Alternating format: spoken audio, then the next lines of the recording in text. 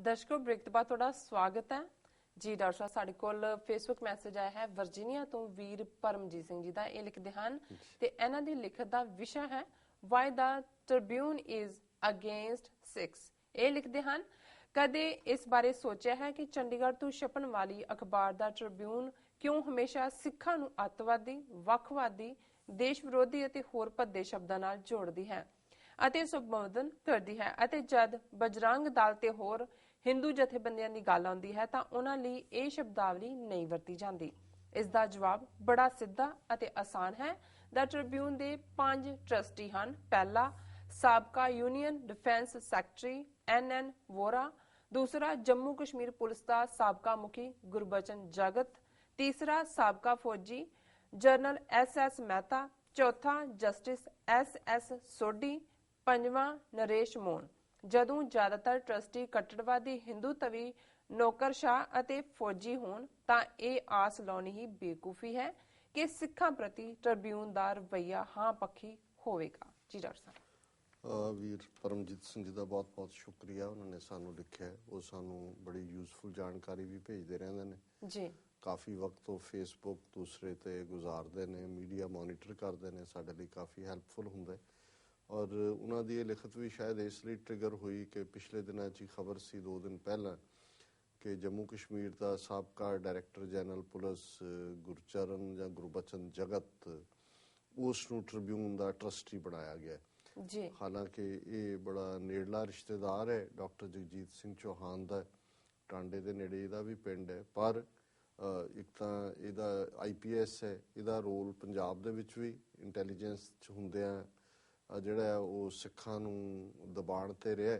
ਔਰ ਕਸ਼ਮੀਰ ਦੇ ਵਿੱਚ 90s ਦੇ ਵਿੱਚ ਜਦੋਂ ਕਿ ਉੱਥੇ ਲਹਿਰ ਚੱਲ ਰਹੀ ਸੀ, ਇਸ ਨੇ ਕਾਫੀ ਜ਼ੁਲਮ ਕੀਤੇ ਕਿਉਂਕਿ ਮੁਖੀ ਸੀ ਪੁਲਿਸ ਦਾ। ਔਰ ਬਹੁਤ ਸਾਰੀਆਂ ਨੀਤੀਆਂ ਜਿਹੜੀਆਂ KP ਗਿੱਲ ਨੇ ਪੰਜਾਬ ਦੇ ਵਿੱਚ ਬਣਾਈਆਂ ਸੀ, ਕਿਉਂਕਿ ਡਾਇਰੈਕਟ ਪੰਜਾਬ ਪੁਲਿਸ ਦਾ ਤਾਂ ਨਹੀਂ ਰਿਹਾ, ਇੰਟੈਲੀਜੈਂਸ ਜਾਂ ਦੂਜੇ 'ਚ ਰਿਹਾ। ਹਾਲਾਂਕਿ ਮੈਨੂੰ ਯਾਦ ਹੈ ਕਿ 70ਵਿਆਂ ਦੇ ਵਿੱਚ ਜਿਹੜਾ ਹੈ ਉਦੋਂ ਵੀ ਇਹ ਇੰਟੈਲੀਜੈਂਸ ਸੀ ਔਰ ਇਸ ਦਾ ਜਿਹੜਾ ਰੋਲ ਹੈ ਉਹ ਕਾਫੀ ਇਨਸਾਈਡ ਤੌਰ 'ਤੇ ਜਿਹੜਾ ਉਹ ਜਾਣਕਾਰੀ ਇਕੱਠੀ ਕਰਕੇ ਔਰ ਕਿਵੇਂ ਇਹ ਇਸਤੇਮਾਲ ਕਰਦੇ ਨੇ, ਉਹ ਇੰਟੈਲੀਜੈਂਸ ਦਾ ਮੇਨ ਰੋਲ ਹੁੰਦਾ।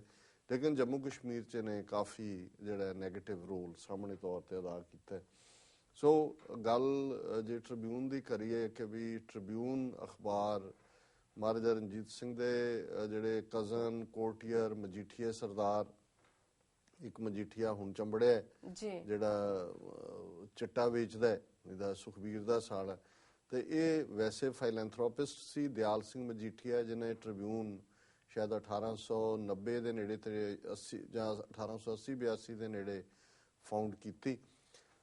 ਪਰ ਇਹ ਇੱਕ ਮੂਵਮੈਂਟ ਉਦੋਂ ਚੱਲੀ ਸੀ ਹਿੰਦੂਆਂ ਦੀ, ਬ੍ਰਹਮੋ ਸਮਾਜ ਜੀ, ਉਹਦੇ ਪ੍ਰਭਾਵ ਥੱਲੇ ਚਲਾ ਗਿਆ ਸੀ।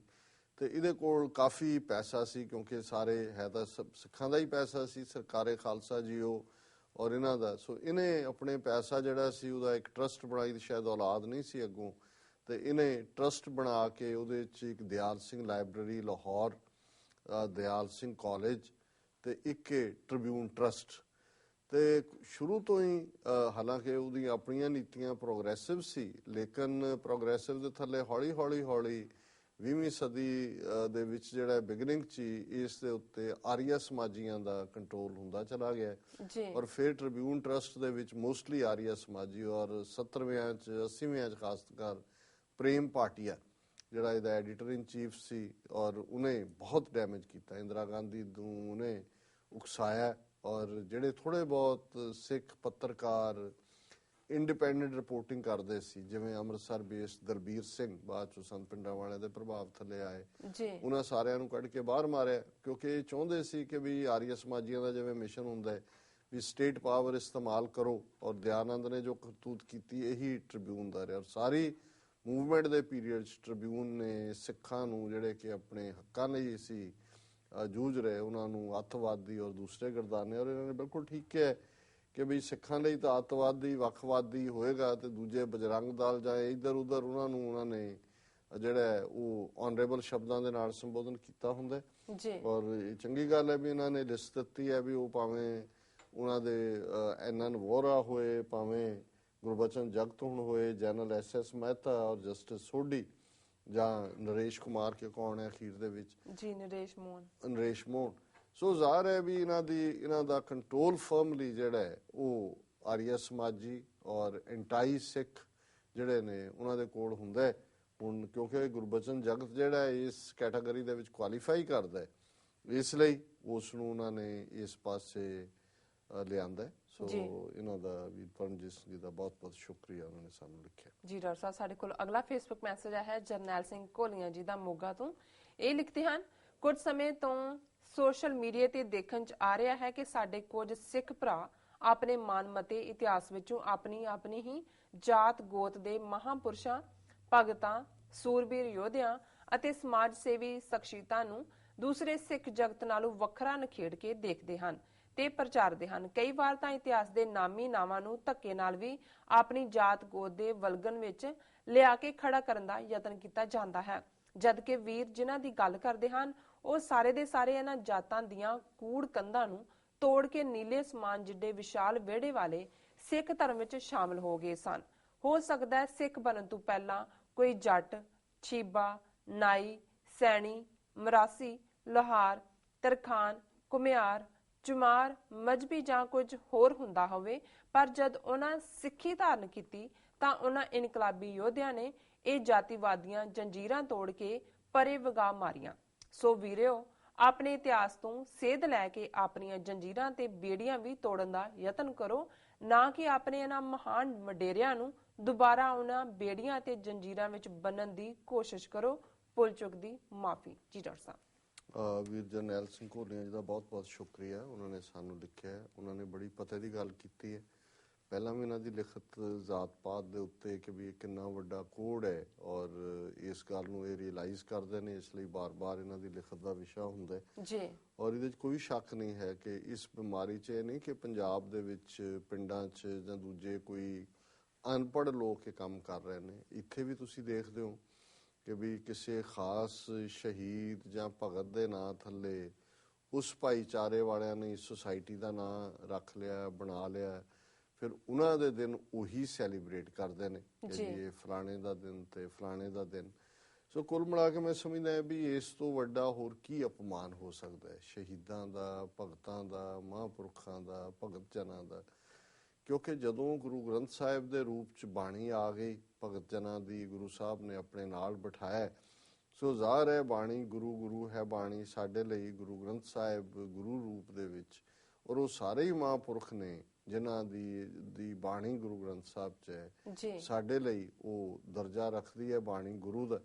ਸੋ ਜਿਹੜਾ ਉਹਨਾਂ ਨੂੰ ਸੈਲੀਬ੍ਰੇਟ ਤਾਂ ਸਾਰਿਆਂ ਨੂੰ ਕਰਨਾ ਚਾਹੀਦਾ ਹੈ, ਨਾ ਕਿ ਸਿਰਫ ਉਸ ਫਿਰਕੇ ਵਾਲਿਆਂ ਨੂੰ ਹੋਏ ਕਿ ਵੀ ਉਹਨਾਂ ਨੇ ਹੀ ਉਹਨਾਂ ਦਾ ਦਿਨ ਮਨਾਉਣਾ। ਔਰ ਚੰਗੀ ਗੱਲ ਹੈ ਕਿ ਸ਼੍ਰੋਮਣੀ ਕਮੇਟੀ ਨੇ ਲੰਬੇ ਵਕਤ ਬਾਅਦ ਇਹ ਅਕਲ ਦੀ ਗੱਲ ਕੀਤੀ ਹੈ ਕਿ ਹੁਣ ਭਗਤ ਜਨ ਜਿਨ੍ਹਾਂ ਦੀ ਬਾਣੀ ਗੁਰੂ ਗ੍ਰੰਥ ਸਾਹਿਬ 'ਚ ਹੈ, ਭਗਤ ਕਬੀਰ ਜੀ, ਭਗਤ ਰਵਿਦਾਸ ਜੀ, ਭਗਤ ਨਾਮਦੇਵ ਜੀ, ਇਹਨਾਂ ਸਾਰਿਆਂ ਦੇ ਦਿਨ ਜਿਹੜੇ ਨੇ ਗੁਰਦੁਆਰਾ ਮੰਜੀ ਸਾਹਿਬ 'ਚ ਵੀ ਮਨਾਏ ਜਾਂਦੇ ਨੇ ਔਰ ਗੁਰਦੁਆਰਿਆਂ 'ਚ ਵੀ ਮੈਂ ਸਮਝਦਾ ਵੀ ਇਹ ਰੁਝਾਨ ਸਾਨੂੰ ਵੱਧ ਤੋਂ ਵੱਧ ਕਰਨਾ ਚਾਹੀਦਾ।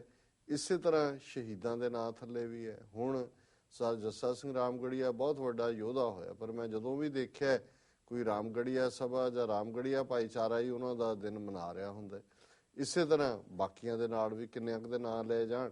ਸੋ ਮੈਂ ਸਮਝਦਾ ਵੀ ਇਸ ਰੁਝਾਨ ਨੇ ਔਰ ਇਹਦਾ ਨਤੀਜਾ ਇਹ ਹੋਇਆ ਵੀ RSS ਨੇ ਜਿਸ ਤਰੀਕੇ ਨਾਲ ਸਾਡੇ ਸ਼ਹੀਦਾਂ ਨੂੰ, ਜਾਂ ਹੁਣ ਬਾਬਾ ਬੰਦਾ ਸਿੰਘ ਬਹਾਦਰ ਨੂੰ ਉਹਨਾਂ ਨੇ ਬੰਦਾ ਵਿਰਾਗੀ ਬਣਾ ਧਰਿਆ ਔਰ ਕੋਈ ਵਿਰਾਗੀ ਮੰਡਲ ਜੰਮ ਪਿਆ ਕਿ ਉਹ ਦਿਨ ਮਨਾਉਣੇ।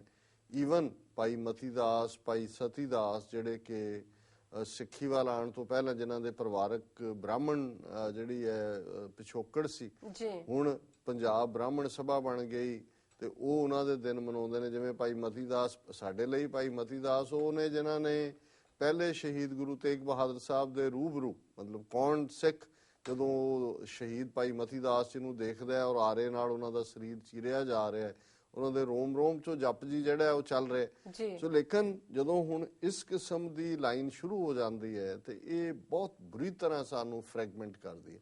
ਔਰ ਇਹੀ ਕੁਛ ਜ਼ਾਤ ਪਾਤੀ ਵਰਣ ਵਿਵਸਥਾ ਨੇ ਤਾਂ ਤੋੜਿਆ ਸੀ ਇਨਸਾਨੀਅਤ ਨੂੰ। ਬ੍ਰਾਹਮਣ ਨੇ ਜ਼ਾਤ ਪਾਤੀ ਸਿਸਟਮ ਬਣਾ ਕੇ ਊਚ ਨੀਚ ਬਣਾਈ ਸੀ। ਸਿੱਖੀ ਇਹਨਾਂ ਦੀ ਟੁਗੈਦਰਨੈਸ ਸੀ ਔਰ ਗੁਰੂ ਨਾਨਕ ਸਾਹਿਬ ਤੋਂ 10ਵੇਂ ਪਾਤਸ਼ਾਹ ਤੱਕ ਜਿਵੇਂ ਉਸ ਟੁਗੇਦਰਨੈਸ ਨੂੰ ਫਾਈਨਲੀ ਗੁਰੂ ਕਲਗੀਧਰ ਪਾਤਸ਼ਾਹ ਨੇ ਖੰਡੇ ਬਾਟੇ ਦਾ ਅੰਮ੍ਰਿਤ, ਔਰ ਜਿਵੇਂ ਇਹਨਾਂ ਨੇ ਕਿਹਾ ਜੇ ਅਸੀਂ ਪੰਜ ਪਿਆਰਿਆਂ ਦੀ ਬੈਕਗ੍ਰਾਉਂਡ ਦੇਖਦੇ ਹਾਂ, ਨਾਈ, ਜੱਟ, ਛੀਂਬਾ, ਝਿਓਰ, ਜੱਟ, ਇਹ ਸਾਰੇ ਹੀ ਜਿਹੜੇ ਨੇ ਇਹਨਾਂ ਨੂੰ ਹੀ ਗੁਰੂ ਸਾਹਿਬ ਨੇ ਫਰਮਾਇਆ ਕਿ ਭਾਈ ਇਨ ਗਰੀਬ ਸਿੱਖਨ ਕੋ ਦੇਉ ਪਾਤਸ਼ਾਹੀ, ਇਹ ਯਾਦ ਰੱਖੇ ਹਮਰੀ ਗੁਰਿਆਈ। ਇੱਕ ਅੰਮ੍ਰਿਤ ਦਾ ਬਾਟਾ ਤਿਆਰ ਕੀਤਾ ਹੈ, ਉਸੇ ਨੂੰ ਹੀ ਸਭ ਨੂੰ ਮੂੰਹ ਲਵਾਇਆ। ਉਹੀ ਅੰਮ੍ਰਿਤ ਦਾ ਜਿਹੜਾ ਬਾਟੇ ਚੋਂ ਤਿਆਰ ਅੰਮ੍ਰਿਤ ਹੈ ਉਹ ਨੈਣਾਂ ਦੇ ਵਿੱਚ ਛਿੜਕਿਆ ਜਾਂਦਾ ਹੈ, ਕੇਸਾਂ 'ਚ ਪਾਇਆ ਜਾਂਦਾ ਹੈ, 5 ਘੁੱਟ ਜਿਹੜੇ ਨੇ ਉਹ ਪਿਆਏ ਜਾਂਦੇ ਨੇ।